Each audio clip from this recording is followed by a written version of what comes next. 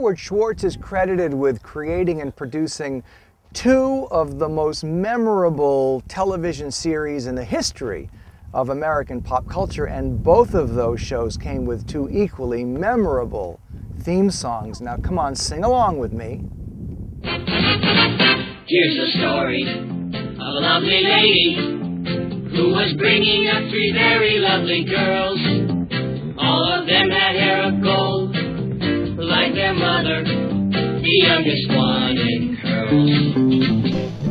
Just sit right back and you'll hear a tale of a fateful trip that started from this tropic port aboard this tiny ship. The mate was a mighty sailing man, the skipper brave and sure. 5 passengers set sail that day for a 3-hour tour, a 3-hour tour. The weather started getting rough, the tiny ship was tossed. If not for the courage of the fearless crew, the minnow would be lost, the minnow would be lost. The ship's aground on the shore of this uncharted desert isle, with Gilligan, the skipper too, the millionaire and his wife, the movie star, and the rest are here on Gilligan's Isle. Thousands of people have gathered here to welcome the passengers and crew of the ill-fated minnow shipwrecked so long ago. Here they come into the marina now, rescued in the very huts in which they lived on the island.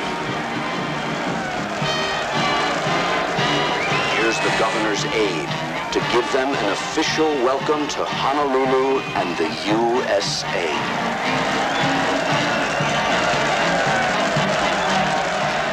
We had hired, 60, 70 extras to whoop it up when their huts floated into the marina.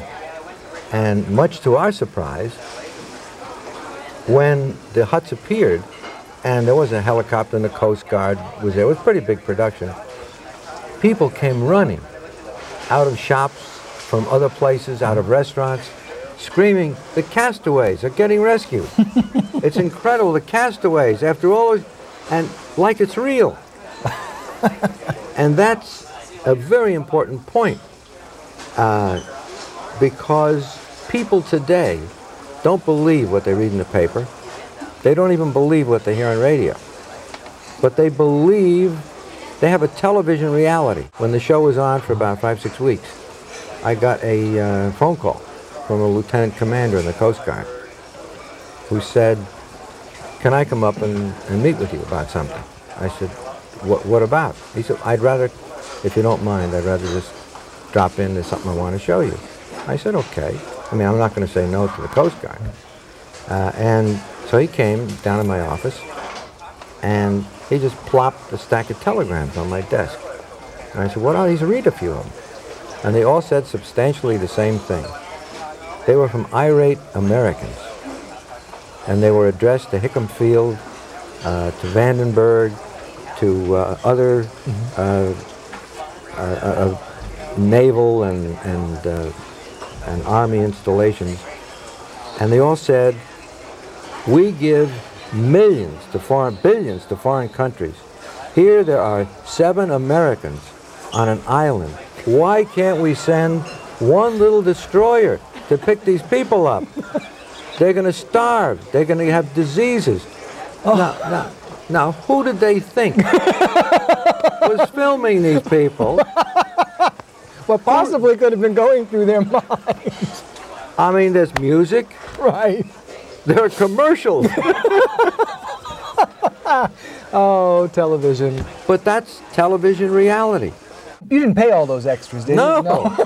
We paid for maybe 50 or 60, and 2,000 showed up. They came running from all the stores yelling, "They're getting rescued, they're getting rescued." From where? Where have they been? Right. Except on television. Another show that won't go away, and it's kind of nice that it won't, is the Brady Bunch. Yeah, which I know it sort of set a lot of misery in my house, because I always used to say, "I want to be like them. How come we can't be like them?" Well, thank you very much for that. Happened in a lot of households, I'm sure. I got letters like that. Did you? Yes. Yes. Yes, our kids want a family that's as nice as that family. And how many people can be that nice? I don't know. I must say that I grew up in a family like that. Oh, I don't want to hear about it. Do I have to hear this now? Yes. Oh. You're the host. You have to take punishment. Part of your job. Right. My house was like that. Most of the stories on the Brady Bunch came from my own experiences, my own kids, from my own life. Whole stories that were on that show. The castaways came back, people cried. The Brady Bunch people ran home to watch. I mean, you obviously were able to hit nerves that both entertained, enlightened, and made us want to be a part of what you were giving us every week. How did you know what to do? Now, if I told you that, then I could go away and make a lot of money. Yeah, sure. You sit down and write 3 or 4 of these shows. Can we partner on this, maybe? I don't really know. I don't know the answer. I'm frequently asked that question. You know, how did you manage to touch such vital nerves in 2 different shows that are quite different? But they aren't different. They're the same show. They're exactly the same show. Because in both, I created a family. In the one case, it was 7 different people, which became a social microcosm of sorts. And in the other case, I took 2 families.